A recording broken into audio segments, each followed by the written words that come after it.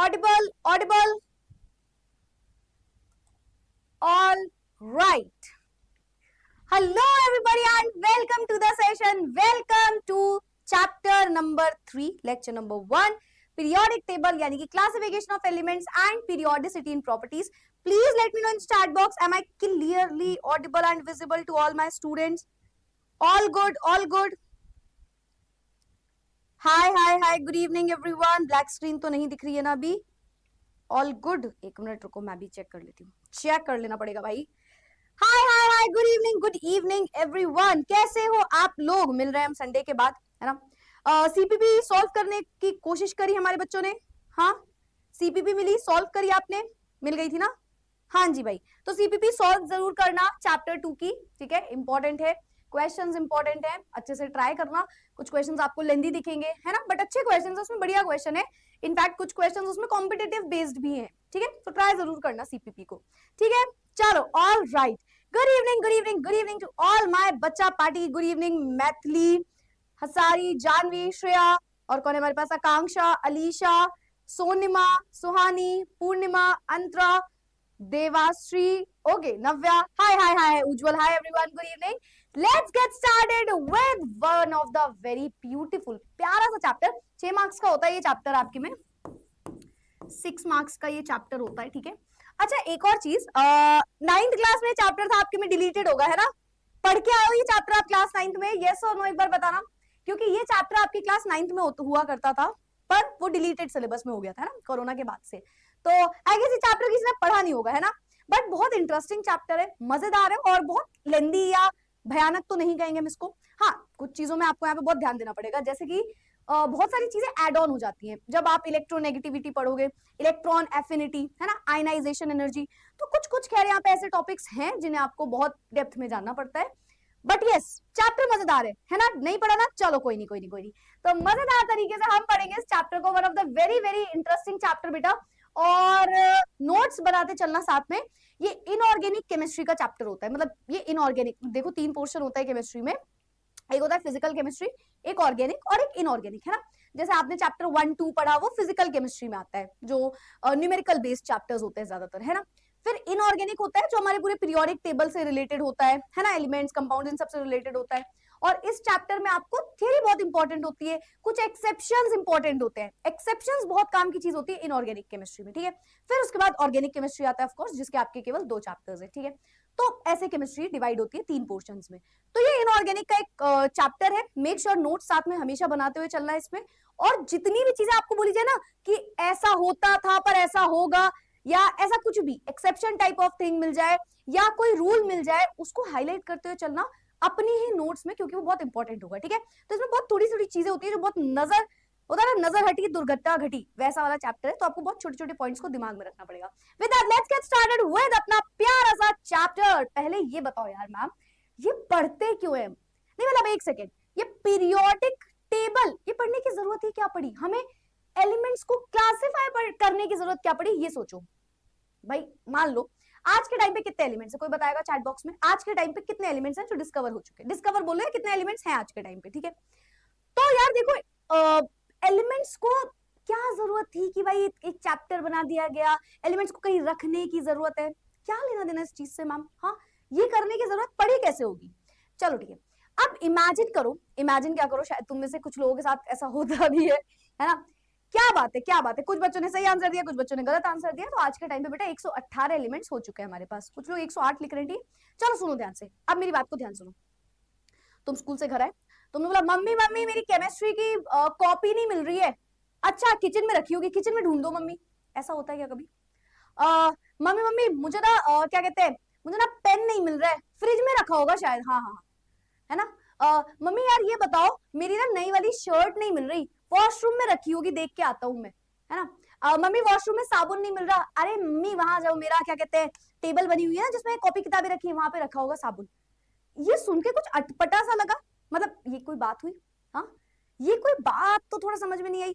भाई देखो, जो आपकी बुक है वो किचन में क्या कर रही होगी? वो तो आपके घर में स्टडी टेबल, स्टडी रूम, या बोल लो कहीं रूम में ही रखी होगी, है ना. जो आपकी शर्ट है वो कहीं और क्या कर रही होगी? वो आपकी अलमीरा में होगी, है ना. प्रेस करके रखी है तो बाथरूम में थोड़ी रखोगी, है ना. अगर मैं बोल रही हूँ सब्जियां कहाँ है, तो सब्जियां आपकी स्टडी टेबल पे थोड़ी होंगी, किचन में होंगी, है ना। मैंने आपसे बोला ये बुक कहाँ है, तो वो फ्रिज में नहीं होगी, वो आपके पास होगी, पेन आपके पास होंगे। इन सबसे रीजन, मैम ये क्या बताना चाह रहे हो आप, हर चीज की अपनी एक जगह होती है, ताकि जब भी हमें उस चीज की जरूरत पड़े हम उस जगह से उठाए, हमें पता है उस जगह पे ये चीज रखी होगी, हम उससे उठाते हैं एंड उसको यूज कर लेते हैं। अब देखो मोटा मोटा तो यही बात है, एक दो चीजें कुछ इधर उधर हो जाए बात अलग होती है, पर ऐसा थोड़ी है कि हम किचन बोलने लग जाएंगे, इस जगह को किचन में जाके सारी कॉपीज पटक देंगे, है ना, ऐसा तो कुछ नहीं होता। मतलब इन शॉर्ट दुनिया में हर चीज एक अप्रोप्रिएट जगह पे बैठी हुई है, हम उसे अलग नहीं कर सकते, और अगर हम कर भी रहे हैं, है ना, तो हमें ही दिक्कत होगी बाद में जब हमें उन चीजों की जरूरत पड़ेगी। यस और नो, ये तो बहुत सिंपल सी बात हो गई, है ना। अब ये मत कहना मैम मैम मैम मेरी कॉपी तो सच में किचन में होती है कभी कभी, बेटा नहीं नहीं नहीं, नहीं तुम्हारी बात नहीं कर रहे, ठीक है, हम अच्छे लोगों की बात कर रहे हैं, ठीक है। तो ऑफ कोर्स तुम्हारी बात इसमें, आई मीन सॉरी, तुम्हारी बात हो सकती है ना, चलो खैर। तो ये तो बात हम समझ गए मैम, ये बात तो बड़ी सिंपल सी लॉजिस्टिक बात है कि अगर कोई चीज जहां रखी होती है वहीं पे रखी जाती है, एक अप्रोप्रिएट जगह होती है, ताकि जब भी हमें जरूरत पड़े हम उसे यूज कर पाए, ठीक है। पता है स्टार्टिंग में जब ये एलिमेंट्स के बारे में पता चला, देखो लोग ये तो जान चुके थे कि दुनिया में जो मैटर बन रहा है, जो मैटर है इस दुनिया में हर चीज वो एलिमेंट से मिलके बना है ना, एटम से मिलके बना है, एलिमेंट से मिलके बना है, ये सबको पता था। पर कितने एलिमेंट्स हैं, तो उस टाइम पे मतलब बहुत पहले की ये बात है, 80s 90s की बात है, उस टाइम पे 33 एलिमेंट्स हुआ करते थे, 33 एलिमेंट्स, ठीक है, फेयर एनफ। तो 33 एलिमेंट के लिए शायद उतनी प्रॉब्लम नहीं आई होगी। आज के समय पे 118 एलिमेंट आ चुके हैं। अब 118 एलिमेंट में से लेट्स से, अच्छा हम सभी बहुत सारी चीजें भी यूज करते हैं ना, जैसे आप जब मार्केट में जाते हो तो अगर हमें कोई चीज लेनी है, अगर मुझे कोई लेट्स से क्या ले सकते हैं, प्लेट लेनी है, चलो हमें प्लेट लेनी है, तो आप देखोगे एक प्लेट का साइज है, लेट्स से इतनी बड़ी प्लेट लेनी है, तो वो प्लेट 100 रुपए की भी है, कहीं कहीं 200 की भी है, कहीं 300 की भी है, 1000 की भी है, शायद 2000 की भी है ना। अब इसमें एक रीजन ये भी हो सकता है प्राइस बढ़ने और घटने का, क्योंकि हर प्लेट जो है उसका मटेरियल चेंज हो सकता है ना। अब वही हम जब ग्लास के बर्तन लेते हैं, कांच के बर्तन लेते हैं, तो वो और महंगे आते हैं, है ना।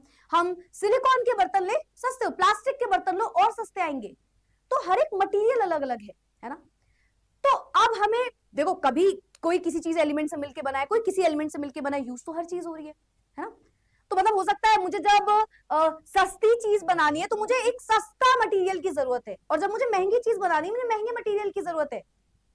पर कौन सा मटेरियल होगा जो ये दोनों काम कर, अब ऑक्सीजन से तो नहीं बना देंगे ना, कि सस्ती चीज बनानी है तो ऑक्सीजन में बना देंगे और महंगी वाली चीज एल्यूमिनियम का बर्तन बना देंगे, ऐसा तो नहीं हो सकता। कोई ऐसा ही मेटल होना चाहिए जो एल्यूमिनियम की तरह है ना। अब ये सब मैम आप क्यों बता रहे हो, ये क्या क्या है, ये इंट्रोडक्शन है। ये बात है कि 33 एलिमेंट्स जब डिस्कवर्ड थे तो वो जहां भी रखे हुए थे, जैसे भी थे, इतनी बात नहीं चल रही थी, लेकिन धीरे धीरे एलिमेंट्स की डिस्कवरी होती गई। 118 एलिमेंट डिस्कवर हो चुके हैं आज के टाइम पे, और हो सकता है आने वाले टाइम पे और एलिमेंट्स डिस्कवर होते चले जाए। इनमें से कुछ एलिमेंट्स हमने पाए हैं, कुछ एलिमेंट्स मैन मेड भी हो सकते हैं, पर ये सारे जो एलिमेंट्स हैं इनसे ही मैटर बना है। तो हमें इनकी एक पोजीशन की जरूरत चाहिए होती है, कि अगर मुझे किसी एक एलिमेंट को मैंने उठाया तो उसके जैसे और कौन से एलिमेंट हैं जो हमारे पास प्रेजेंट हैं, and that is the reason why we need to classify some elements, ठीक है। तो देखो why do we need to classify for systematic study, है ना, जैसे मैंने आपको बोला ताकि एक सिस्टमैटिक स्टडी हो पाए। भाई अगर हम मेटल पढ़ रहे हैं तो सारे मेटल हमारे पास है, हम +2 वाले वैलेंसी के ग्रुप पढ़ रहे हैं, लेट्स से एक एग्जांपल बता रही हूँ, तो वो +2 वाले हमारे पास एक साथ बैठे हुए हैं, हमें पता है ये एलिमेंट्स है +2 में, तो हमें एक सिस्टमैटिक स्टडी करने का मौका मिलेगा। प्रिडिक्टिंग प्रॉपर्टीज, जो मैंने आपसे बोला है ना, कि अगर भाई सोडियम वो काम कर रहा है तो और कौन सा एलिमेंट है जो वो काम कर सकता है, लेट्स से पोटेशियम, तो पोटेशियम उसके बगल में होना चाहिए, है ना, उसके आसपास कहीं होना चाहिए, क्योंकि उसकी सेम प्रॉपर्टीज की तरह हरकतें हैं। अंडरस्टैंडिंग रिलेशनशिप्स, है ना, इस एलिमेंट और इस एलिमेंट के बीच में क्या रिलेशन है, क्या सिमिलैरिटीज है, क्या डिससिमिलैरिटीज है, ये हमें पता चलता है इससे। फैसिलिटेटिंग रिसर्च एंड डिस्कवरी, अगर किसी एलिमेंट की रिसर्च कर रहे हैं, डिस्कवरी कर रहे हैं, तो हमें तब भी हेल्प मिलेगी, अपने उसी टाइप के एलिमेंट्स को देख के पता कर सकते हैं कि अच्छा ये ऐसा हो सकता है, इसकी ये प्रॉपर्टीज हो सकती हैं, है ना। कंपेयरिंग प्रॉपर्टीज, हम कंपेयर कर सकते हैं प्रॉपर्टीज को। तो एक समय पे जब 33 एलिमेंट्स हुआ करते थे, वहां से लेकर के 118 एलिमेंट तक का सफर, वहां से लेकर के 118 एलिमेंट तक का सफर में हम आ चुके हैं, राइट। तो इतने सारे एलिमेंट्स के आने के बाद कौन सा एलिमेंट क्या हरकतें दिखा रहा है, क्या प्रॉपर्टीज दिखा रहा है, ये सब हमें जानना पड़ता है, and that is the reason why we need to classify the elements, ठीक है। तो मेरे ख्याल से इतना इंट्रो बहुत है ये समझने के लिए कि क्या जरूरत पड़ी होगी एलिमेंट्स को क्लासिफाई करने की। आपने इस चैप्टर का मतलब समझा, ये एलिमेंट को पहले क्लासिफाई करेंगे, मतलब कहां पे कौन सा एलिमेंट होना चाहिए, किसका कौन सी जगह होनी चाहिए, फिर उसकी पीरियोडिसिटी बताएंगे। देखो चैप्टर का नाम क्या है, classification of elements and periodicity in properties, है ना। फिर उसके बाद वो बताएंगे इसकी क्या हरकतें हैं यहाँ पे, ठीक है। तो ये इस चैप्टर का पूरा मोटिव होता है।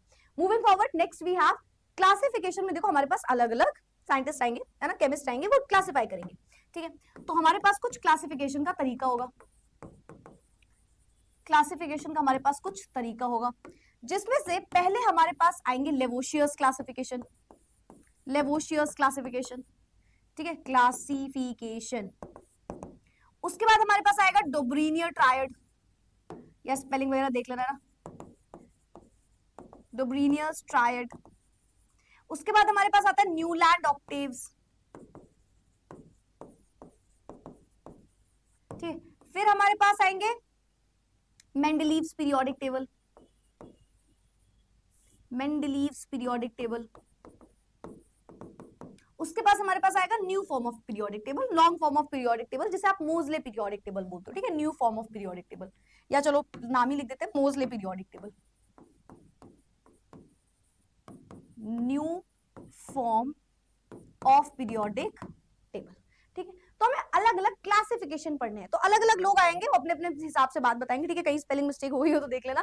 तो अलग अलग साइंटिस्ट आएंगे, केमिस्ट जिनको हम बोल सकते हैं ना, और ये आके बताएंगे यार ये ऐसा होना चाहिए, वो वहां रखना चाहिए एलिमेंट, कुछ चीजें सही निकलेंगी, कुछ चीजें गलत निकलेंगी, कुछ चीजें लिमिटेड निकलेंगी। हम एक एक करके हर एक के बारे में समझेंगे, हर एक की क्लासिफिकेशन ऑफ एलिमेंट को समझेंगे। सभी ने एलिमेंट्स को क्लासिफाई किया है, ठीक है, बताएंगे ऐसे रख दो, ऐसे रख दो, ये तरीका, ठीक है। चलो तो let's move forward with Lavoisier's classification.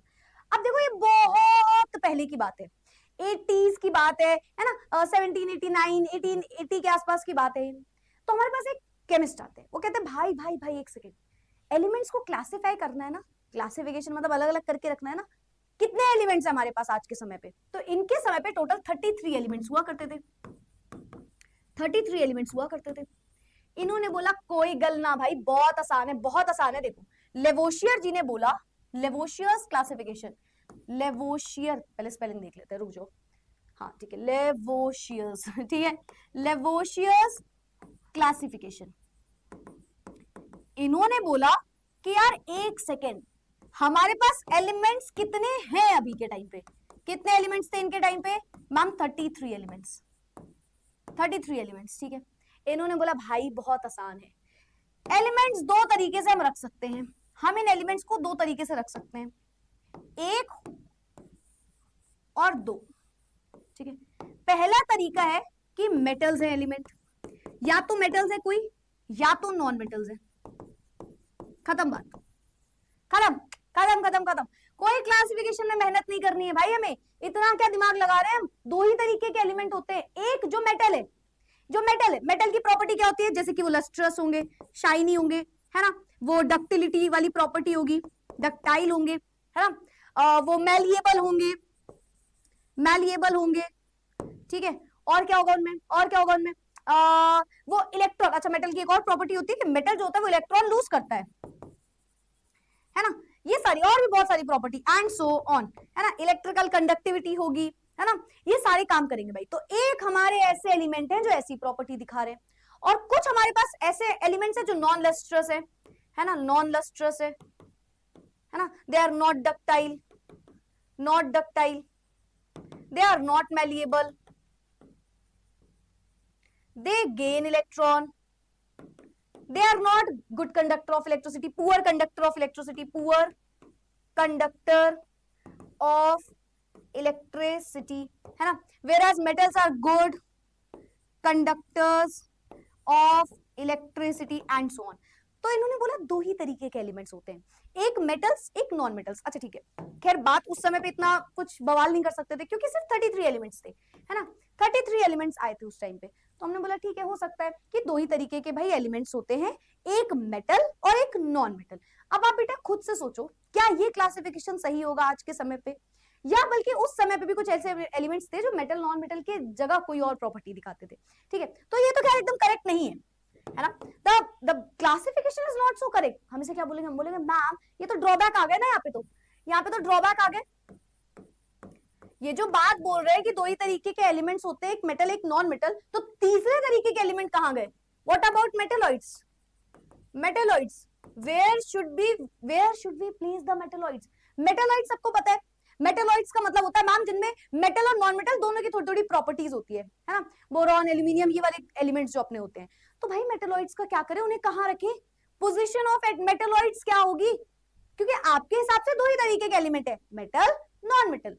तो हम क्या करेंगे, हम मेटलॉइड को कहां पे रखेंगे?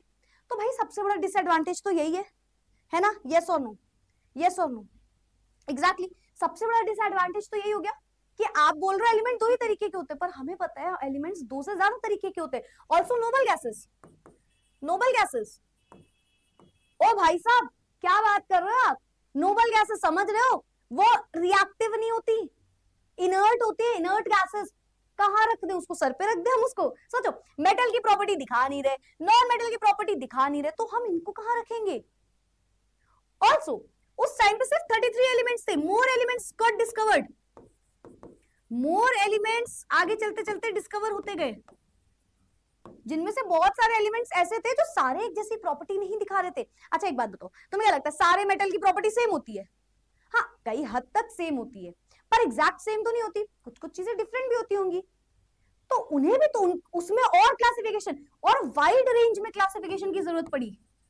वाइड रेंज में क्लासिफिकेशन जो है वो रिक्वायरमेंट रही हमारे पास, रिक्वायर्ड है कि और ज्यादा बड़े तरीके से आप इसको क्लासिफाई करो। जैसे जैसे कि लेट्स से हमने बोला मेटल में सोडियम भी होता है ना, मेटल में मैग्नीशियम भी होता है, एल्यूमिनियम भी होता है, पर तीनों में कुछ कुछ डिफरेंस होती है प्रॉपर्टीज में। तो सोडियम जैसे कुछ ग्रुप्स होंगे उनको एक तरफ रखो, फिर मैग्नीशियम जैसे जो होंगे उनको अलग रखो, फिर एल्यूमिनियम जैसे जो होंगे उनको अलग रखो। तो यहाँ पे हमारे पास कुछ डिसएडवांटेजेस आ गए, कुछ ड्रॉबैक्स आ गए इस क्लासिफिकेशन के। सो दिस इज लेवोशियर्स क्लासिफिकेशन, समझ रहे हो? एंटोनियो लेवोशियर इनका पूरा नाम हुआ करता था। एंटोनियो लेवोशियर ने बोला कि भाई 33 एलिमेंट्स है, बात चल रही है 1870s के आसपास की, 33 एलिमेंट्स है, दो ही तरीके से क्लासिफाई करो, एक रख दो मेटल, एक रख दो नॉन मेटल। लेकिन कुछ मेटलॉइड्स होते हैं, कुछ नोबल गैसेस होती है, इन्हें फिर हम कहां पे रखें, है ना? और इसके अलावा भी ये बहुत छोटा सा क्लासिफिकेशन किया गया, इसके अलावा बहुत वाइड रेंज में क्लासिफिकेशन होता है, तो इस वजह से ये जो क्लासिफिकेशन था ये खत्म हो गया। ठीक है, तो रीड करते हैं, इनका पूरा नाम एंटोनियो लेवोशियर था। ठीक है, लेवोशियर्स classification, a foundation step in the history of chemistry, involved grouping elements in two primary categories, metals and non-metals। अच्छा देखो, क्या हम ये बोलेंगे अरे यार लेवोशियर जी कितनी गलत बात करते हो यार, आप आए ही क्यों? नहीं, हम ऐसा कभी नहीं कह सकते, क्योंकि जिस समय पे ये बात चलती है कि यार मैटर किसी चीज से मिलके बना है, अब वो जिस चीज से मिलके बना है उसको हम क्लासिफाई भी कर सकते हैं, उसे कहीं रखा भी जा सकता है। ये जो शुरुआत करी गई क्योंकि वो लेवोशियर जी के हिसाब से हुई है, तो इस वजह से इनको क्रेडिट जाता है, क्योंकि जिस टाइम पे लोग क्लासिफिकेशन सोच ही नहीं रहे थे एलिमेंट्स का, इन्होंने उसके बारे में बात करी। और ऐसा नहीं कि क्लासिफिकेशन एकदम गलत है, भाई सही बात है, हमारे पास मेटल और नॉन मेटल होते हैं, जिसमें से मेटल की सारी प्रॉपर्टीज ऑलमोस्ट सेम होती हैं, नॉन मेटल की प्रॉपर्टीज ऑलमोस्ट सेम होती हैं, तो ठीक है ये बात, ठीक है भाई। Now this system published in 1789 के आसपास की बात है, based on observed physical properties, जैसे मैंने बताया है ना, जैसे मेलिएबल है यानी हार्ड है, यानी टेंसाइल स्ट्रेंथ क्या है इसकी, है ना, मेलिएबल है यानी डक्टाइल है, यानी ये सब। ठीक है, तो hardness, malleability, lustre, along with some initial observation about chemical reaction, और कुछ कुछ केमिकल रिएक्शन भी, जैसे मैंने आपको बताया metal loses an electron, non metal gains a electron. तो ये जो आपकी प्रॉपर्टीज है इसके बेसिस पे इन्होंने ये क्लासिफिकेशन किया, और उस टाइम पे केवल 33 एलिमेंट्स जो थे वो डिस्कवर्ड थे। तो ये है लेवोशियर क्लासिफिकेशन। बताओ भाई, क्लियर है हमारे सारे बच्चों को लेवोशियर जी का क्लासिफिकेशन? इन द चार बॉक्स जल्दी से बता दो एक बार, क्लियर है, noted, clear clear clear, yes और नो? भाई क्या हमारे बच्चों को लेवोशियस क्लासिफिकेशन समझ में आया? क्लियर हो गया पहला क्लासिफिकेशन, ओ सॉरी, क्लियर हो गया पहला क्लासिफिकेशन ऑफ एलिमेंट्स? बोलो भाई, क्लियर हुआ? यप, क्या बात है, yup yup yup, clear clear clear, very good, perfect. तो थोड़ा सा बेसिक क्लासिफिकेशन था, आगे बढ़ते हैं। डोब्रिनियर ट्रायड रूल, बड़ा प्यारा है, बड़ा प्यारा क्लासिफिकेशन है, सुना, बड़ा प्यारा सा क्लासिफिकेशन है, ध्यान से सुनना। ठीक है, पहले मेरे को स्पेलिंग देखने देना, DOBEREI। देखो ऐसा नहीं है कि मुझे स्पेलिंग आती नहीं है, तो मुझे गलत मत समझना, समझ रहे हो? वो तो मैं कभी कभी भूल जाती हूँ चीजों को। वो ऐसा होता है आपके साथ क्लास में कभी ऐसा होता था, मेरे साथ बहुत होता था। जैसे जब एग्जाम में लिख रहे होते तो हमारे यहाँ, जो मैंने आपको बताया, आई डोंट नो मैंने बताया नहीं, तो जब ऐसे आता था, ऐसे लिखने को आता था, ऐसे 250 वर्ड्स का ऐसे लिखना है, 300 वर्ड्स का ऐसे लिखना है, तो जब ऐसे लिखने स्पेसिफिकली मतलब ऐसे में ही ऐसा होता था, तो जब वो ऐसे निबंध हम लिख रहे होते हैं तो बहुत बेसिक सी स्पेलिंग भूल जाते हैं। जैसे कभी कभी भूल जाते हैं बिकॉज की स्पेलिंग क्या है, तो जैसे लिख रहे हैं बी कॉज, बिकॉज क्या होता है, कॉज, कॉज, बिकॉज नहीं, ए होता होगा, नहीं यू होता होगा। तो ऐसे करके कभी कभी एकदम फालतू की स्पेलिंग भूल जाते हैं ना। अच्छी अच्छी बड़ी बड़ी स्पेलिंग शायद लिख ले, पर कभी कभी एकदम बेसिक सी स्पेलिंग है ना, कि यार ये क्या होता होगा, ये बिलोंग क्या है, ये क्या है, ऐसे ऐसे फालतू के वर्ड्स भूल जाते हैं। तो ऐसा हो जाता है कभी कभी, ठीक है। फिर उसके बाद क्या करते हैं, फिर उसके बाद मैं बताती हूँ मैं ऐसे में क्या लिखती थी।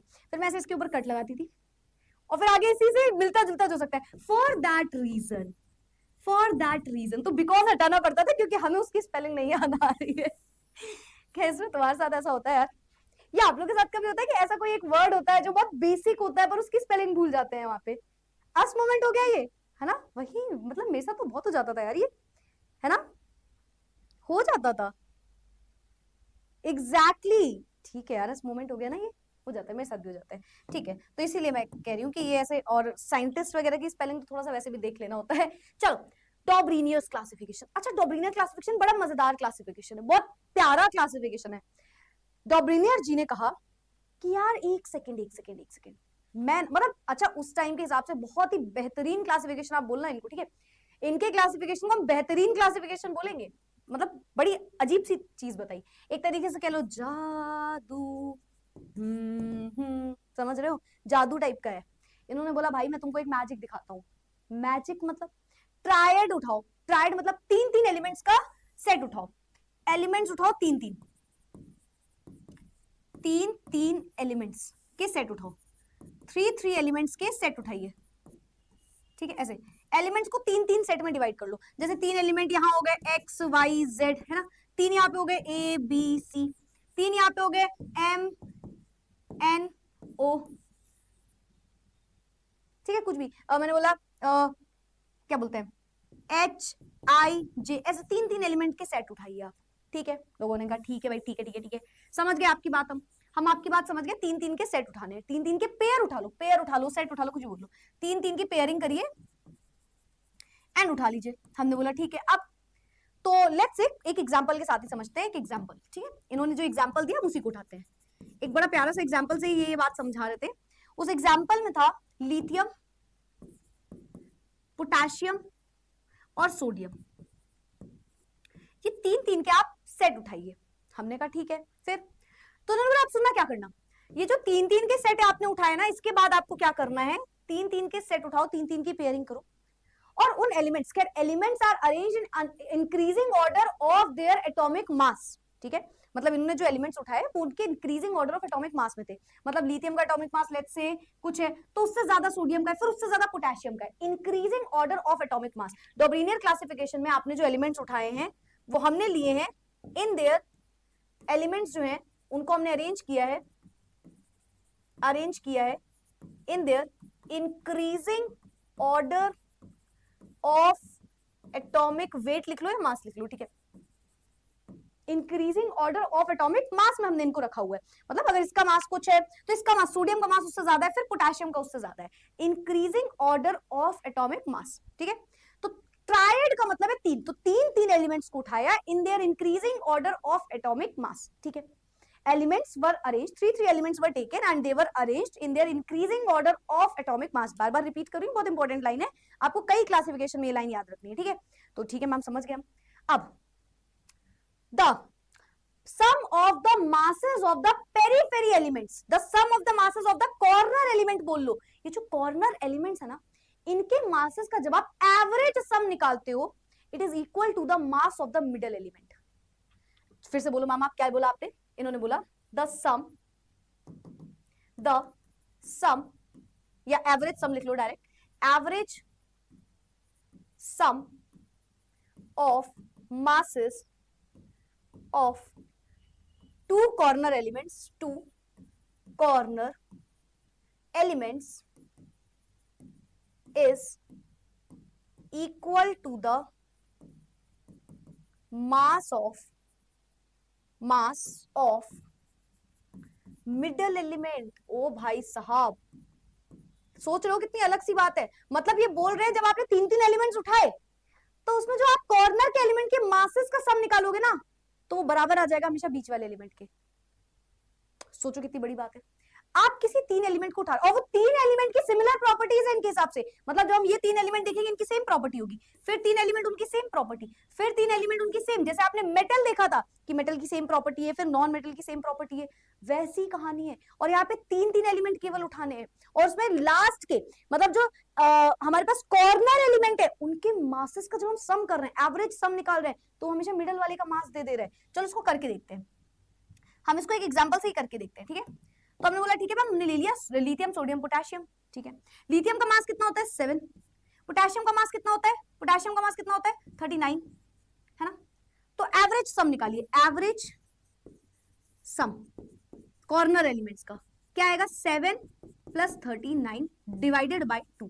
एवरेज सम करना आता है ना, sum of observation upon number of observation. तो जो भी इसको टोटल किया डिवाइडेड बाय 2 एलिमेंट है तो 2, कितना आएगा 7 प्लस 39 + 7, हाँ 39 + 7 कितना होता है 39 + 7 14 15 16 46 डिवाइडेड बाय 2 कितना हो जाएगा 2 2 * 4 2 3 * 6 23। Is it a mass of sodium? Yes ma'am, 23 is the mass of sodium, 23 is the mass of sodium। और इनके हिसाब से जब आप लिथियम सोडियम पोटेशियम को देखोगे तो उनकी सिमिलर प्रॉपर्टीज हैं, सिमिलर प्रॉपर्टीज हैं, एंड इसीलिए हमने इसको तीन तीन के ग्रुप में रखा हुआ है। बोलो प्यारा क्लासिफिकेशन है। मतलब आप इमेजिन करो उस टाइम पे हमने बोला तीन तीन एलिमेंट का हम ग्रुप बना देंगे, ठीक है। तीन एलिमेंट तीन एलिमेंट तीन एलिमेंट तीन element, let's say 50 element discover हो चुके हैं, तो 50 के हिसाब से हमने तीन तीन का ग्रुप बना दिया। अब जो कॉर्नर वाले एलिमेंट्स का जब हम मास निकाल रहे हैं तो मिडल वाले के बराबर आ रहा है। कॉर्नर वाले का एवरेज सम जो निकाल रहे हैं मासेस का, वो मिडल वाले मास के बराबर आ जा रहा है। और इससे ये हुआ कि इनके हिसाब से तीन एलिमेंट सेम प्रॉपर्टी के होते हैं, ठीक है। अच्छा क्या आज के टाइम पे ये सच है? हाँ, लिथियम सोडियम पोटेशियम एक ही जगह पे रखे अगर हमें याद हो तो, है ना। आप कई क्लासिफिकेशन ऐसा पढ़ोगे जो आज भी कहीं कहीं यूज हो रहा है, ठीक है। तो लिथियम सोडियम पोटेशियम आज भी हम एक ही तरीके के एलिमेंट्स में इनको काउंट करते हैं। इस तरीके से इन्होंने तीन तीन के कुछ ग्रुप बनाए, ठीक है। अच्छा क्या ये बहुत सही क्लासिफिकेशन था? Answer is no no no no no. इसके भी ड्रॉबैक्स थे, ड्रॉबैक्स थे, ठीक है। इस क्लासिफिकेशन के भी ड्रॉबैक्स थे। पहली चीज, तीन तीन का जो आप सेट बना रहे हो it is not properly executed, या बोलो not not not not not not easy to do. ये आसानी से नहीं हो सकता। हम तीन तीन एलिमेंट्स ऐसे नहीं उठा सकते बहुत आसानी से, क्योंकि हम कई बार ऐसे एलिमेंट्स अगर उठा भी लेंगे, है ना, तो हो सकता है कोई लेट्स से 4 एलिमेंट भी तो एक जैसी प्रॉपर्टी के हो सकते हैं। आपने बोला ये तीन का सेट है तो ये तीन एलिमेंट एक जैसे हैं। अब हम हो सकता है बाकी के तीन एलिमेंट को लेके आए हो, और उस तीसरे एलिमेंट जब हम तीन एलिमेंट लेके आए तो उनमें से दो एलिमेंट उसी पहले जो हमने तीन एलिमेंट उठाए थे, तीन का ग्रुप बनाया था, उसकी तरह प्रॉपर्टी दिखा रहे हो, पर आपके हिसाब से तो उसको हमें दूसरे ग्रुप में रखना पड़ेगा, है ना। तो तीन तीन को बहुत डिफिकल्ट हो रहा था इसको रखना। तीन तीन इतने सारे एलिमेंट आते जाए, अब सोचो 118 एलिमेंट आ गए, अब आप तीन तीन तीन तीन तीन तीन कितने ग्रुप बना दोगे? और फिर आप उतने सारे ग्रुप में से क्या आप इमेजिन कर, आप ऐसा मतलब कंफर्मेशन दे रहे हो कि ये तीन जो है ये किसी और से मैच नहीं कर रहे, ये तीन ही केवल हैं। तो ये तीन तीन का सेट बड़ा डिफिकल्ट हो रहा था, ठीक है। इसके अलावा हैवी मासेस में ये चीज नहीं हो पा रही थी, हैवी मासेस वाले एलिमेंट में ये चीज सही भी नहीं हो रही थी। हैवी मासेस वाले elements was not able to show this property. किसी का मास है लेट्स से 100, 150 मास चला गया, 80 मास चला गया, 80 है मास नंबर, मास बोल लो, है ना, एटॉमिक वेट। तो इतना हैवी एलिमेंट में इतना कुछ पॉसिबल नहीं हो पा रहा था। ये तीन तीन का ग्रुप बनाना भी आसान नहीं था, है ना। उसके बाद फोर्थ प्रॉपर्टी, डिफेक्ट, कि ये जो आप मासेस के बेसिस पे रख रहे हो ना, मासेस के बेसिस पे आप कैसे रख रहे हो? Increasing order of atomic mass. देखो increasing order of atomic mass, है ना। तो ये जो इंक्रीजिंग ऑर्डर रख रहे हो ऑफ एटॉमिक मास, ये भी कई जगह गलत होता जा रहा था का मतलब समझाओ मैम। मतलब आपने बोला कि लेट्स से पहले लिथियम रखना है, फिर सोडियम रखना है, फिर पोटेशियम रखना है, ठीक है। पर कई बार ऐसा हो रहा था कि हमने चलो तीन एलिमेंट उठा लिए, पर हो सकता है इसके बीच में जैसे किसी का मास आया लेट्स से किसी का भी मास ले लो, किसी का भी मास ले, कोई एक एलिमेंट है जिसका मास लेट्स से 10 है मान लो यहाँ पे, पर वो इसी की तरह प्रॉपर्टी दिखा रहा है। जैसे इस वाले ग्रुप में ये डिफेक्ट आया नहीं था, पर कुछ ऐसे ग्रुप्स बनाए जिसमें ये डिफेक्ट आने लग गया कि जब हमने 3-3 के ग्रुप उठाए तो हमने increasing order of atomic mass में रखे, पर उसमें से कोई एलिमेंट जैसे मैंने बोला कहीं और जाके उसकी प्रॉपर्टी दिखा रहा है, तो अब आपको क्या डिक्रीजिंग ऑर्डर में रखना पड़ जाएगा। एक का कम मास है, उसका ज्यादा मास है, ऐसे करके आप कह रहे हो रखो, लेकिन हम ऐसा बोल रहे हैं कि जिसका मास ज्यादा पहले उसको रखना पड़ रहा है, फिर उसके बाद जिसका मास कम है उसको रखना पड़ रहा है, क्योंकि ये एवरेज सम ही नहीं निकल के आ पा रहा, वरना एवरेज सम निकल के नहीं आ पा रहा, कुछ भी ऐसा। तो यानी कि इंक्रीजिंग एटॉमिक मास में जो रख रहे हो, खैर ये प्रॉपर्टी आपको 3 जगह पे डिफेक्ट देखने को मिलेगी, तो इसके बारे में हम बहुत डिटेल में मेनली पीरियोडिक टेबल में भी जानेंगे, ठीक है। तो कई बार ऐसा होता है कुछ एलिमेंट के बेटा मास भी सेम होते हैं, आइसोटोप्स पढ़ा है ना, अभी उस पर जाएंगे नहीं, बट हाँ फिर भी तो मासेस का जो इंक्रीजिंग ऑर्डर है वो भी रखना थोड़ा सा मुश्किल हो रहा था। तो डॉब्रिनियर जी के हिसाब से रूल अच्छा था, बट हम ट्रायड बहुत सारे नहीं बना सकते थे। अब इसको एक बार रिपीट कर रही हूं मैं, सुनना। A Dobereiner triad is a group of 3 elements, 3 element का ग्रुप होता है ये, विद सिमिलर केमिकल प्रॉपर्टीज, है ना। जहां जहां आप लिख रहे हो हर जगह लिखना, elements were arranged in increasing order of atomic mass with similar chemical properties, ठीक है। Where the atomic mass of the middle element, जो बीच वाला एलिमेंट है उसका जो एटॉमिक मास है वो ऑलमोस्ट इक्वल होगा average of the atomic masses of the first and third element in the group, जो मैंने आपको बोला कॉर्नर एलिमेंट्स, पेरीफेरी जिसको लिखा रहता है कई जगह पे। अच्छा, तो इन्होंने 3 ग्रुप का एग्जांपल से बताया, एक वही लिथियम सोडियम पोटेशियम की लिथियम उठाइए, सोडियम उठाइए, पोटेशियम उठाइए, सोडियम और लिथियम का मास जो होगा वो सॉरी पोटेशियम और लिथियम का जो एवरेज मास होगा, सम मासेस होगा, वो सोडियम के बराबर आएगा। एक और ग्रुप इन्होंने बनाया, क्लोरीन ब्रोमीन आयोडीन को उठा लो, जब आप क्लोरीन और आयोडीन का एवरेज सम निकालोगे तो वो ब्रोमीन के बराबर आ रहा होगा। फिर उन्होंने एक और ग्रुप उठाया, कैल्शियम स्ट्रोंटियम बेरियम, इस तरीके से उन्होंने 3-4 ग्रुप्स बनाए, 3-3 ग्रुप, ट्रायड बोला इन्होंने बोला हम 3-4 ट्रायड बना के दिखाते हैं एग्जाम्पल के तौर पे, पर ये लिमिटेड हो गया।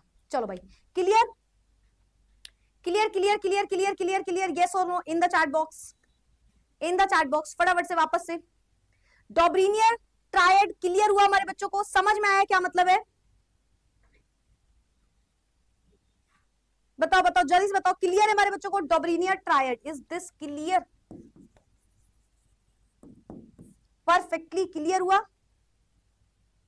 परफेक्टली क्लियर हुआ? ड्रॉबैक क्या थे?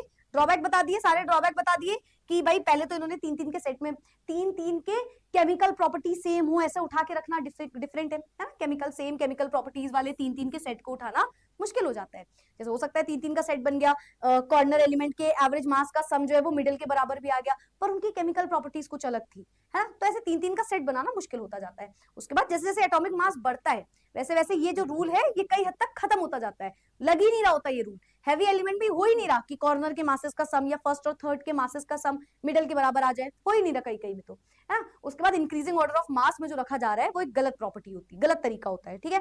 चलो भाई, वेरी गुड। तो डॉब्रिनियर्स क्लासिफिकेशन ट्रायड रूल भी समझ में आ गया होगा।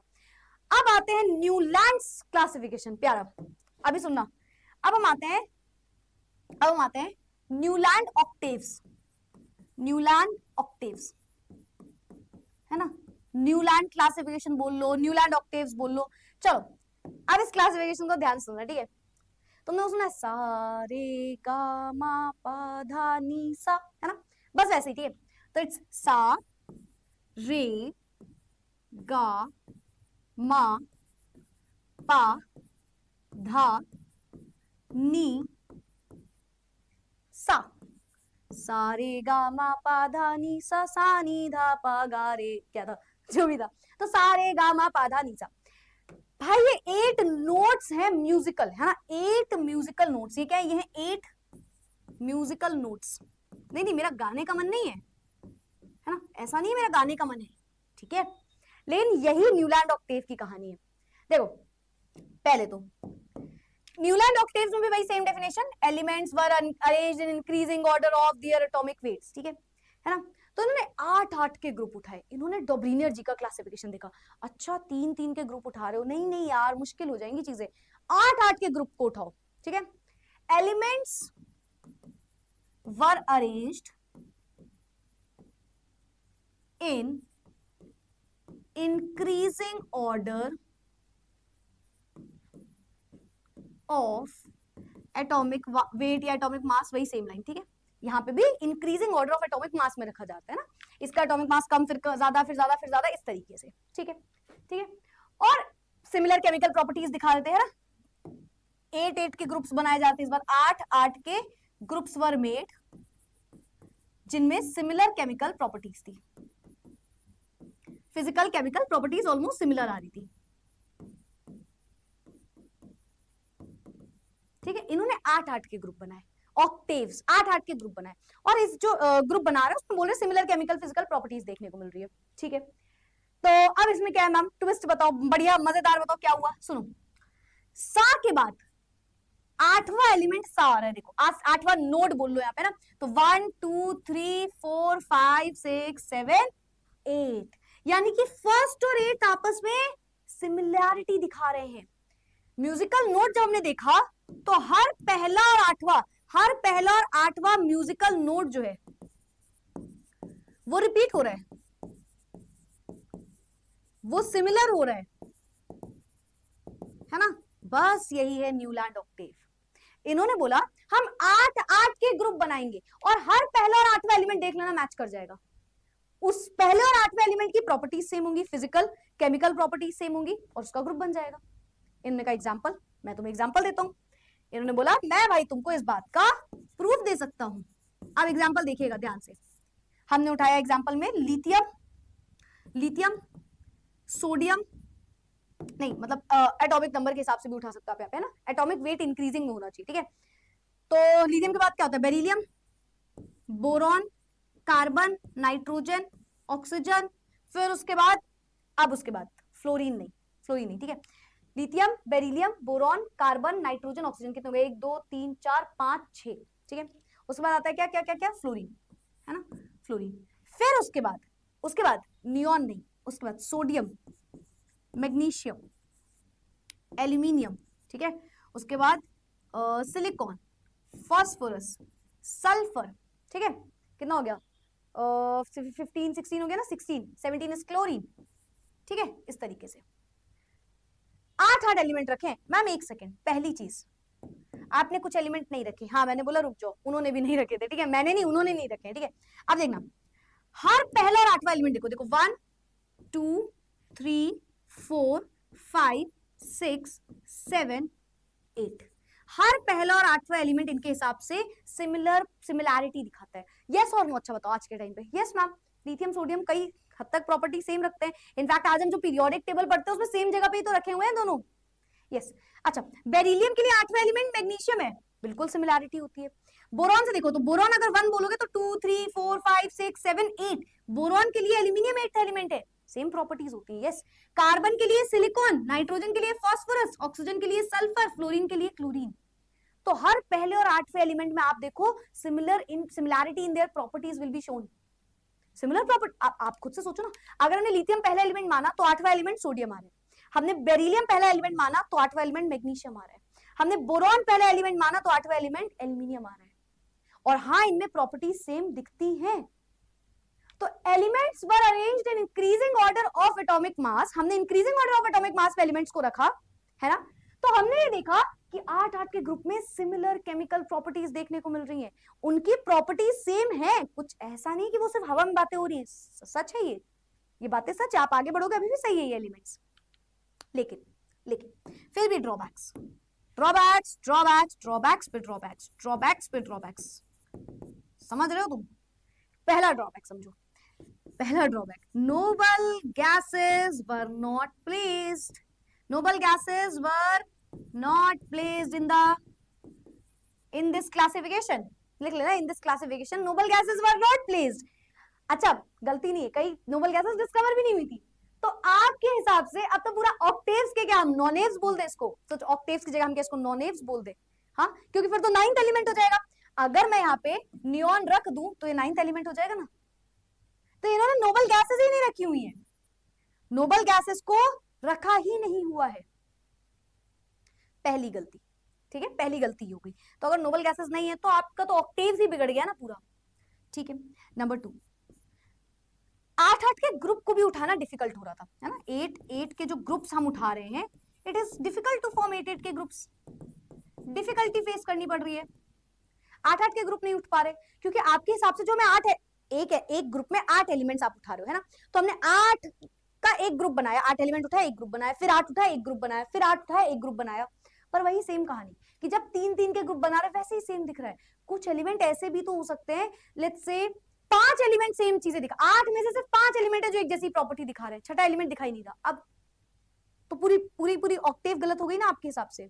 तो ये, क्योंकि देखो बहुत ध्यान सुनो, ये जो पॉइंट मैं समझा रही हूँ पीछे भी समझाया मैंने, जब आप 3 3 का बेटा ग्रुप उठा रहे हो या 8 8 का ग्रुप उठा रहे हो तो कैसे उठा रहे हो, ऊपर देखो क्या लिखा है, ये जो आप ग्रुप्स उठा रहे हो सिमिलर केमिकल प्रॉपर्टीज के होने चाहिए, इनमें सिमिलैरिटी होनी चाहिए केमिकल और फिजिकल प्रॉपर्टीज में, तो वो सही निकल के नहीं आ पा रहा। ठीक है, उसके बाद सेम जैसे जैसे आप हैवी मेटल्स की तरफ आओगे, हैवी मास वाले एलिमेंट की तरफ आओगे, ये फॉलो ही नहीं होता, फॉलो ही नहीं करता रूल, या ऐसे लिख लो rule not followed, rule not followed.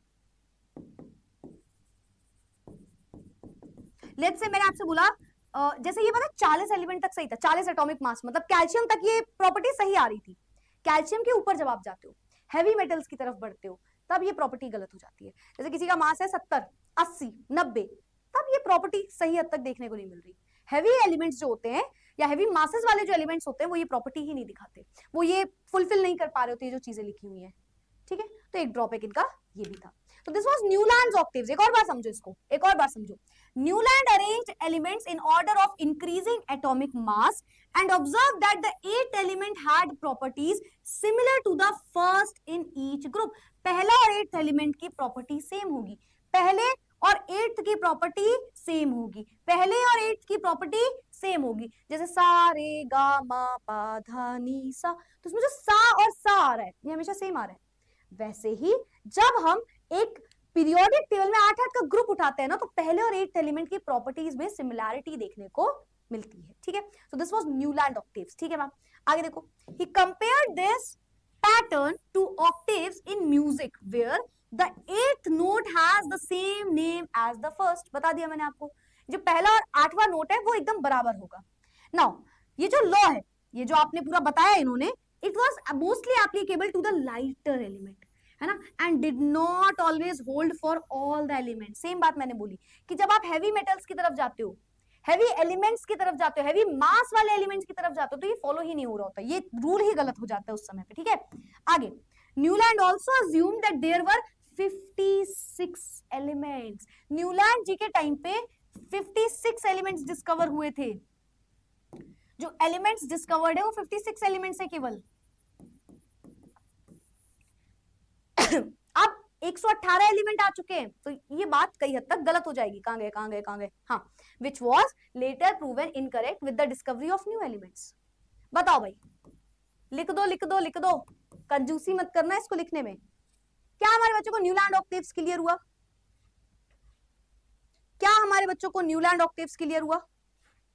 yes or no, yes or no in the chat box, in the chat box। Clear clear clear clear clear,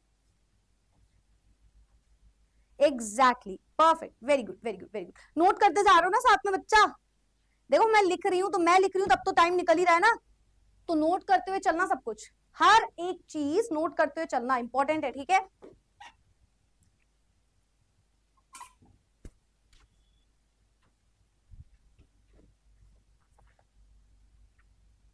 पक्का क्लियर? चलो, very good very good very good. अब बढ़ते हैं आगे। Newland octaves हो गया, note कर लिया। लोथरमियर पीरियोडिक टेबल, मैं आपको एक बात बताऊं, आप मेंडलीव पीरियोडिक टेबल को देखो बहुत क्रेडिट जाता है ना, one of the famous periodic table Mendeleev ji को क्रेडिट जाता है ना, फादर ऑफ पीरियोडिक टेबल भी कहे जाते हैं वो। ठीक है, उसके बाद new form of periodic table को भी बहुत नाम मिला, मोजले जी ने जो पीरियोडिक टेबल बोला उसमें नील बोहर जी का भी हाथ था, है ना, उसको भी बहुत नाम मिला, बहुत क्रेडिट मिला। पर लोथरमियर क्लासिफिकेशन एक ऐसा क्लासिफिकेशन था जो इतना चर्चे में नहीं रहा, पर ये बहुत बेहतरीन क्लासिफिकेशन था, मतलब ऑलमोस्ट सही क्लासिफिकेशन जिसे हम कह सकते हैं, है ना, ऑलमोस्ट सही क्लासिफिकेशन। बस यहाँ पे बात क्या हो गई, देखो लिख लेते हैं इनको भी, लोथरमियर क्लासिफिकेशन, लोथरमियर क्लासिफिकेशन, लोथरमियर क्लासिफिकेशन।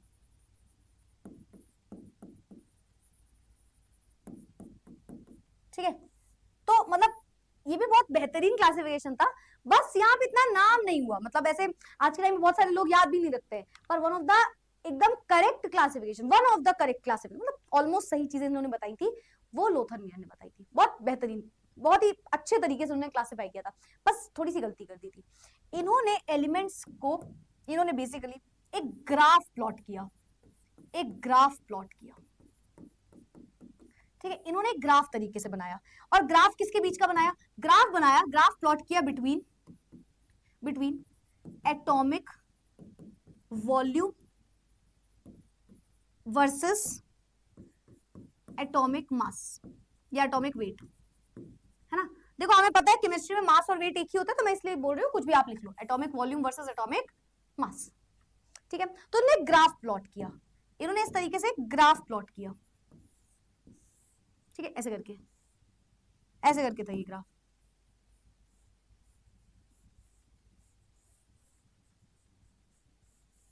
इस तरीके से कुछ ग्राफ था, ठीक है।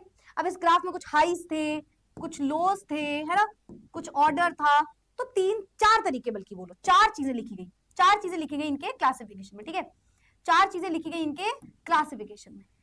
पहली कि जो टॉप होगा, जो टिप होगा, जो हाईज होंगे, है ना, जो टॉप होगा, टिप होगा, या जो हाईज होंगे, है ना, हाईज, है ना, ये होगा। फिर सेकंड एक असेंडिंग ऑर्डर में लगा होगा,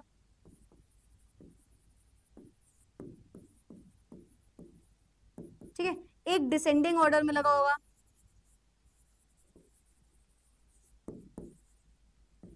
है ना, और जो बॉटम होगा, बॉटम बोल लो, लोस बोल लो, ट्रफ बोल लो, है ना, ये चार तरीके से। तो इन्होंने कर्व बनाया, इन्होंने एक ग्राफ बनाया, और ग्राफ के हिसाब से इन्होंने एलिमेंट को रखा, और ग्राफ किसका था, एटॉमिक वॉल्यूम, एक साइड था एटॉमिक वॉल्यूम ग्राफ में, एटॉमिक वॉल्यूम, और एक साइड था एटॉमिक मास, एक एक्सिस में रखा एटॉमिक वॉल्यूम, एक एक्सिस में रखा एटॉमिक मास, ठीक है। और इस ग्राफ में इन्होंने एलिमेंट्स को रखना स्टार्ट किया। अब टॉप पे इन्होंने जो मेटल्स रखे, उन्हें इन्होंने बोला ये अल्कली मेटल्स हैं, टॉप पे रखे इन्होंने अल्कली मेटल्स, अल्कली मेटल्स, मतलब इनके हिसाब से जब हम ये ग्राफ देखेंगे, जब हम एक ग्राफ प्लॉट करेंगे, तो जो टिप पे बैठे हुए हैं वो अल्कली मेटल्स हैं, जैसे यहाँ पे ये, इन सबकी प्रॉपर्टीज सेम। अच्छा देखो, टॉप वाले की सेम प्रॉपर्टीज, असेंडिंग ऑर्डर की सेम प्रॉपर्टीज, डिसेंडिंग की सेम, बॉटम की सेम, ठीक है, इस तरीके से।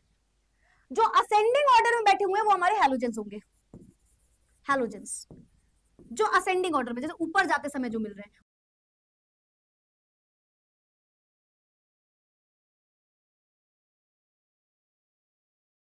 में जो मिल रहा है असेंडिंग ऑर्डर में, अभी मैं ग्राफ दिखाऊंगी आपको, ठीक है।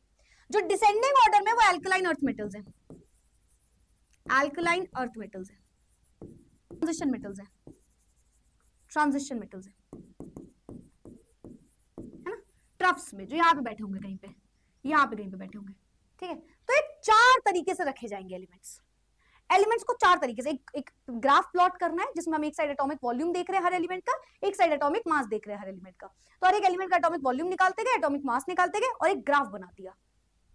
अच्छा यहाँ पे भी आप इंक्रीजिंग ऑर्डर ऑफ एटॉमिक मास बोल रहे हो हमेशा, ठीक है।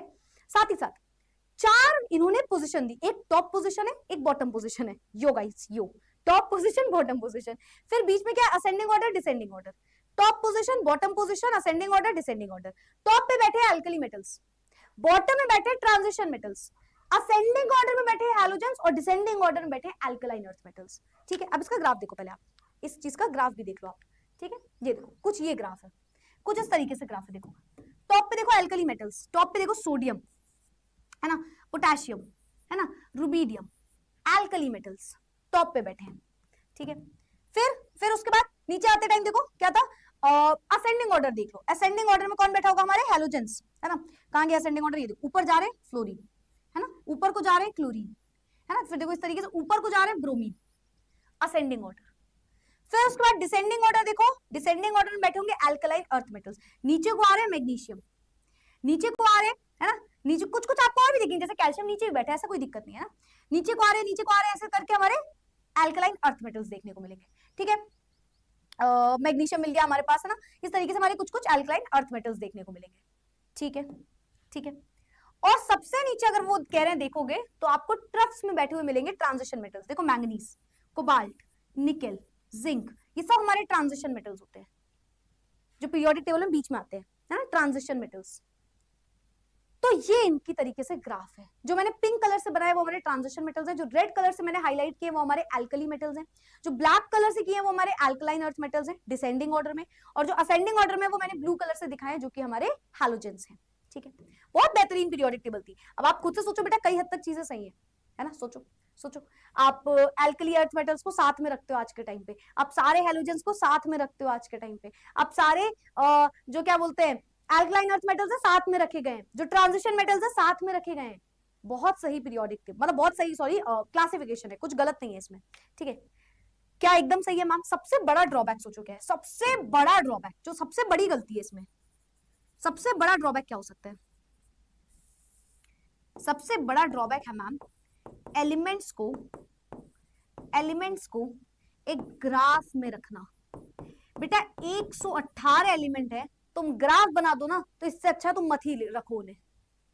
ग्राफ में एलिमेंट को ढूंढना, 118 एलिमेंट को प्लॉट करना, इट इज वेरी डिफिकल्ट। सबसे बड़ा ड्रॉबैक यही था, सबसे बड़ा ड्रॉबैक। आप ग्राफ में रख रहे हो, अगर हम 118 एलिमेंट का, उस टाइम पे कुछ 100, मतलब 100 भी नहीं, 70 के आसपास एलिमेंट डिस्कवर है, आप 118 एलिमेंट को रखने की कोशिश करो, फिर आप एक अजीब सा ग्राफ बना के दे दोगे।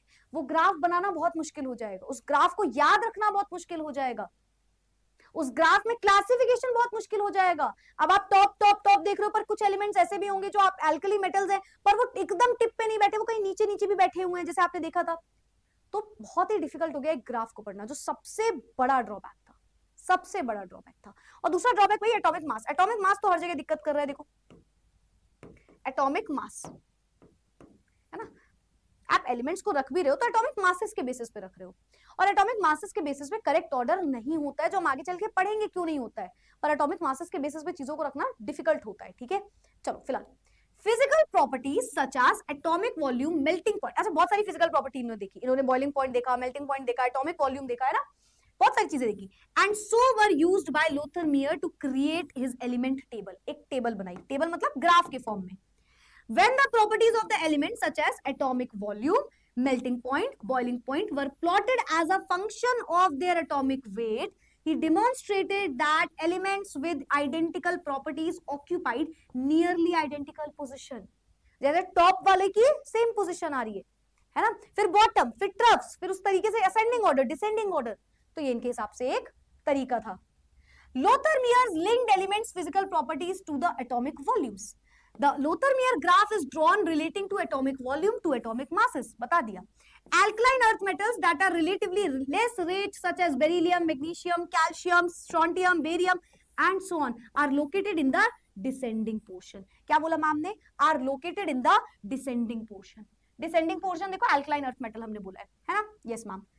The ascending part of the curve is occupied by halogens. क्या बोला? The ascending part of the curve is occupied by halogens. ठीक है, और साथ ही साथ नोबल गैसेस भी यहाँ पे आती हैं, ठीक है, ठीक है। Since alkali metals have the highest volume, they were found at the top of the curve. Extremely electronegative element. Basically top पे बैठे हमारे alkali metal, trough पे बैठे हमारे transition metals. So this was Lothermier classification. किसे किसे clear है बताओ? किसे किसे क्लियर है? एक बेहतरीन क्लासिफिकेशन क्यों बोला गया, समझ में आया सबको? बेहतरीन क्लासिफिकेशन क्यों हुआ समझ में आया? क्योंकि बहुत हद तक सही बात थी भाई, बहुत हद तक सही बात थी। बताओ क्लियर है बेटा? मैं तुम्हें समझा, अच्छे से समझ में आया, इसलिए मैं पहले ही लिख रही हूँ ताकि आप मेरे साथ इस चीज को पहले समझ जाओ फिर रीड करो। अच्छा, एक और चीज मुझसे किसी बच्चे ने पूछा भी था, बार बार पूछ रहा था, कोई पता नहीं क्यों, लास्ट क्लास में ही पूछ रहा था जब हमारा चैप्टर खत्म हुआ। तो जब मैंने क्लास एंड करी, मैंने बोला कॉमेंट एंड करते टाइम रीड किया था, तो बहुत सारे बच्चे बोल रहे हैं कि मैम एनसीईआरटी रीड करनी है। आंसर इज नहीं बेटा, अगर आपके पास टाइम है आप रीड करो, नहीं है कोई बात नहीं, हमारे नोट्स में एनसीईआरटी लिखी रहती है, तो आप टेंशन मत लिया करो, ठीक है। हाँ, अब आपके पास एक्स्ट्रा टाइम है, आपको रीड करना है, जैसे देखो जब आप बात करते हो स्पेशली, अच्छा आज हम पढ़ भी रहे इनऑर्गेनिक केमिस्ट्री में, आप रीड कर सकते हो। इनऑर्गेनिक केमिस्ट्री में बहुत सारी लाइन टू लाइन चीजें लिखी रहती है ना, अच्छा होता है इनऑर्गेनिक केमिस्ट्री को एनसीईआरटी में रीड करना, ये एक अच्छी बात होती है, क्योंकि आप जब क्लास 12th में जाओगे ना तो इनऑर्गेनिक के 2 चैप्टर होते हैं और बहुत लाइन टू लाइन एग्जाम में पूछे जाते हैं, तो आप रीड कर सकते हो, बिल्कुल कर सकते हो, ठीक है। लेकिन अगर आपके पास टाइम नहीं है तो आपको कोई जरूरत नहीं है, क्योंकि मेरे नोट्स में जितनी इंपॉर्टेंट एनसीईआरटी की चीजें वो सब मेंशन्ड होंगी, वो सारी लाइन सारी चीजें मेंशन होगी, तो आपको फिर उसके बाद एक्स्ट्रा टाइम निकालने की जरूरत नहीं है। तो हमारा मोटिव वही है, ठीक है, तुम्हें क्लास में ही रीडिंग करनी है, क्लास में ही अंडरस्टैंडिंग करनी है, क्लास में ही लर्निंग करनी है, सब कुछ नोट भी क्लास में बनाने हैं, रिविजन भी क्लास में करना है। तो अगर तुम्हें टाइम एक्स्ट्रा मिल रहा है तो करो, नहीं है तो आपके पास सारी चीजें हैं यहाँ पे, ठीक है। चलो क्लियर क्लियर, एक और लास्ट नेक्स्ट वाली स्लाइड दिखा दूं, देख लो देख लो, क्लियर क्लियर क्लियर क्लियर। छुट्टी, रुक जाओ यार, एक छोटी सी बात और पढ़ लो फिर क्लियर कर लेना। Clear clear clear clear clear कर देंगे यार, छुट्टी जल्दी कर देंगे, डोंट वरी बच्चा। यहां तक किसी को कोई डाउट तो नहीं आया? Ma'am what are transition metals बताऊंगी। ट्रांजिशन मेटल्स बेसिकली, आप पीरियोडिक टेबल अगर इसमें बनी होगी तो दिखाई देती हूँ, नहीं बनी, देखो जो आप पीरियोडिक टेबल देखते हो ना, उसमें ग्रुप 1 ग्रुप 2 फिर उसके बाद 13 14 15 16, तो ग्रुप 3 से लेकर के ग्रुप 12 तक के जो एलिमेंट्स हैं वो एक बीच में ऐसे बनती है ना पीरियोडिक टेबल हमारी, ऐसे, ये ऐसे दिखती है ना पीरियोडिक टेबल, है ना, यहाँ पे ग्रुप 1 ग्रुप 2 फिर यहाँ पे आते हैं ऐसे, जो ये वाले एलिमेंट्स होते हैं they are transition elements. Transition elements इनका नाम होता है, जैसे alkali metals, alkaline earth metals, वैसे ही होते हैं ट्रांजिशन एलिमेंट्स, ठीक है। जिसमें आप वो पढ़ते हो 21 से लेकर के 30 तक एटॉमिक नंबर है ना, स्कैंडम, titanium, vanadium, chromium, manganese, iron, cobalt, निकल, कॉपर, जिंक। सबसे पहली लाइन ये होती है 3D सीरीज, फिर 4D series, 5D, 6D, 4 series होती है इसमें, 1 2 3 4। तो ये भी एलिमेंट्स है, जैसे आप बाकी के ग्रुप्स पढ़ते हो, बाकी के एलिमेंट्स पढ़ते हो, जैसे यहाँ पे hydrogen, lithium, sodium, potassium, rubidium, है ना, वैसे ही इस तरीके से एक ये भी हमारे पास पोर्शन होता है पीरियोडिक टेबल में, इसे आप ट्रांजिशन एलिमेंट्स बोलते हो, जो मेटल से नॉन मेटल के बीच में आ रहे होते हैं। और आपको पता है पूरा एक चैप्टर है क्लास 11 12th में, सॉरी आज इसके बारे में हम यहाँ पे भी पढ़ेंगे थोड़ा बहुत, पर क्लास 12th में इस पे पूरा चैप्टर है, डी एंड एफ ब्लॉक, ठीक है। तो यस, चलो भाई क्लियर हो गया। हाँ डी ब्लॉक, हाँ D block, exactly exactly exactly, तो इसे ही तो आप बोलते हो डी ब्लॉक, डी ब्लॉक के एलिमेंट्स, है ना, डी ब्लॉक के एलिमेंट्स। चलो भाई, तो यहां तक की बात सबको क्लियर है? Very good very good very good. बस 5 मिनट और फिर एंड कर देंगे क्लास को। मेंडलीव्स पीरियोडिक लॉ पढ़ लो, बस एक ही स्लाइड है, उसके बाद क्लास एंड हो जाएगी। अब देखो यहां तक की बात सबको समझ में आ गई, क्लासिफिकेशन। लेकिन आपको पता है फादर ऑफ पीरियोडिक टेबल किसको कहते हैं? Who is called as, who is known as father of periodic table? Next आते हैं हमारे पास Mendeleev's periodic table, periodic table, and Mendeleev is known as the father of periodic table. क्या इनकी periodic table ही फाइनल पीरियोडिक टेबल थी? नहीं नहीं, फाइनल पीरियोडिक टेबल नहीं थी, but still he is known as the father of periodic table. भाई बहुत ही बेहतरीन काम करके गए। पीरियोडिक टेबल जो नाम आया वो कहां से आया? वो मेंडलीव जी ने दिया। इससे पहले किसी ने पीरियोडिक टेबल बोला ही नहीं, सब क्लासिफाई करने में लगे हुए थे। इन्होंने बोला क्यों क्लासिफाई कर रहे, एक टेबल बना देते हैं, और बहुत प्यारी टेबल बनाई गई, थोड़ी बहुत गलतियां निकली पर बहुत अच्छा क्लासिफिकेशन था। इन्होंने टेबल बना दी, इन्होंने बोला एक टेबल बनाओ, एक टेबल फॉर्म करो। आपको एलिमेंट्स को अरेंज करना है ना, आपको एलिमेंट्स को अरेंज करना है, टेबल के फॉर्म में करो। एलिमेंट्स को जब आप अरेंज कर रहे हो, आप उसको एक टेबल के फॉर्म में करो। उस टेबल में कुछ ग्रुप्स बनाइए, कुछ पीरियड्स बनाइए, है ना, और एक टेबल बना दो इसको करके, और ये सब करके आप एक टेबल फॉर्म कर लोगे, और एक टेबल बन जाएगी हमारी क्लासिफिकेशन करने के लिए। बहुत बेहतरीन idea. Father of periodic table note भी कर लेना, क्योंकि इसके पहले किसी ने टेबल बोला ही नहीं, इस बात के पहले किसी ने टेबल बोला ही नहीं। Mendeleev ji was the first person जो पीरियोडिक टेबल को लेके आ गए। अच्छा एक और चीज यहां पे भी बेटा, लेकिन वो चीज सिमिलर रही, elements were arranged in increasing order of atomic weight या atomic mass। यहां पे भी वो लाइन एकदम सेम लिखी हुई है कि एलिमेंट्स को अरेंज किया इन्होंने increasing order of atomic weight में, जो कि गलती भी निकली आगे चल के, जो बात गलत भी निकली आगे चल के, ठीक है। खैर आई गेस 58 63 70 के अंदर ही लेस देन 70 एलिमेंट्स डिस्कवर थे उस टाइम पे। तो इन्होंने एक टेबल बनाई छोटी सी, बहुत प्यारी टेबल थी, बहुत मेरिट्स भी है, जैसे आप डीमेरिट्स पढ़ रहे हो ना, ड्रॉबैक्स, वैसे इसके मेरिट्स भी पढ़ने हैं आपको, ठीक है। अच्छी टेबल थी, ठीक है भाई समझ गए। बस ये याद रखना, elements were arranged in increasing order of atomic weight है यहाँ पे, ठीक है। तो it states that physical and chemical properties of elements repeat periodically when arranged in order of increasing atomic weight.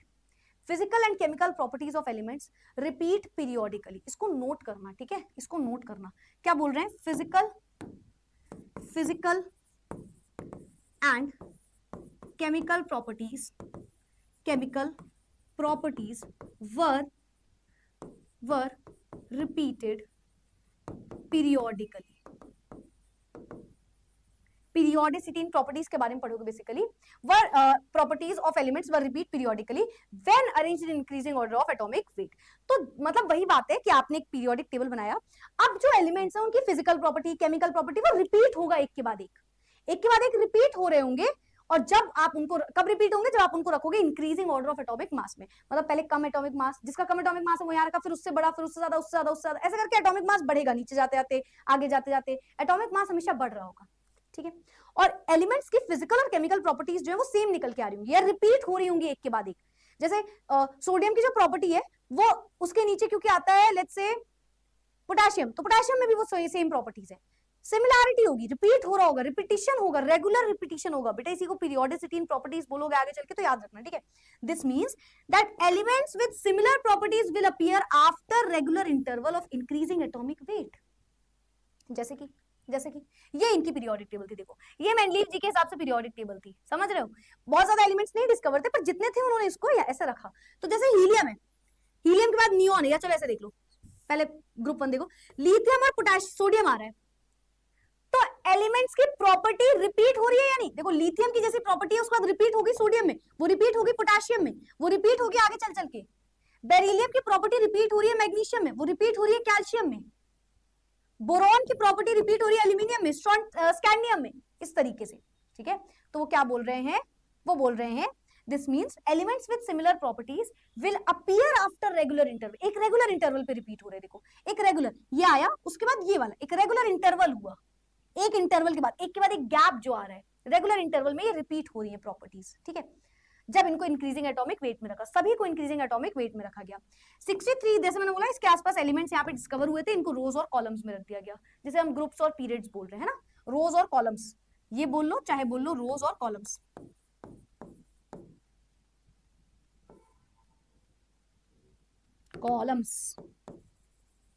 ठीक है, रोज और कॉलम्स में इनको रखा गया।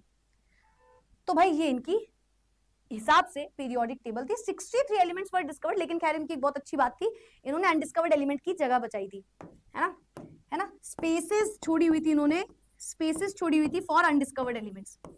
इन्होंने बोला तो क्या हुआ अगर 63 एलिमेंट्स हैं?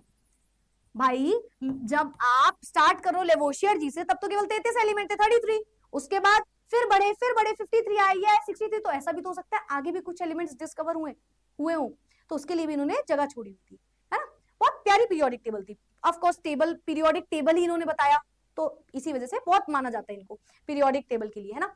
तो अनडिस्कवर्ड एलिमेंट्स जो हैं उसके लिए भी जगह छोड़ी, मतलब उस टाइम के हिसाब से बहुत अच्छा काम किया इन्होंने, है ना। तो this was Mendeleev periodic table, और वो कुछ ऐसी दिखती थी पीरियोडिक टेबल, ध्यान से देखो, ये देखो कुछ एलिमेंट्स को देखो, लैंथेनाइट को एक साइड रखा, एक्टिनाइट, बहुत सारी इन्होंने जगह भी छोड़ दी, और इस तरीके से ग्रुप और कॉलम्स और रोज को लेते हुए एक टेबल फॉर्म करती। This was Mendeleev's periodic table, this was Mendeleev's periodic table. Yes बेटा 118 एलिमेंट रखे नहीं गए लेकिन इसमें अभी, ठीक है, exactly.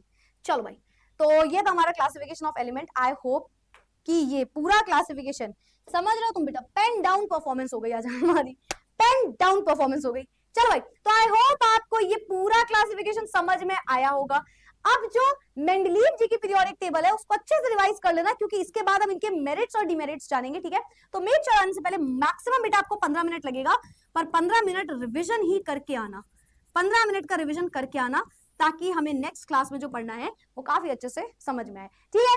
Clear clear clear clear, क्या बात है, very good, thank you so much everyone, that's it, that's all about lecture number 1 of this chapter.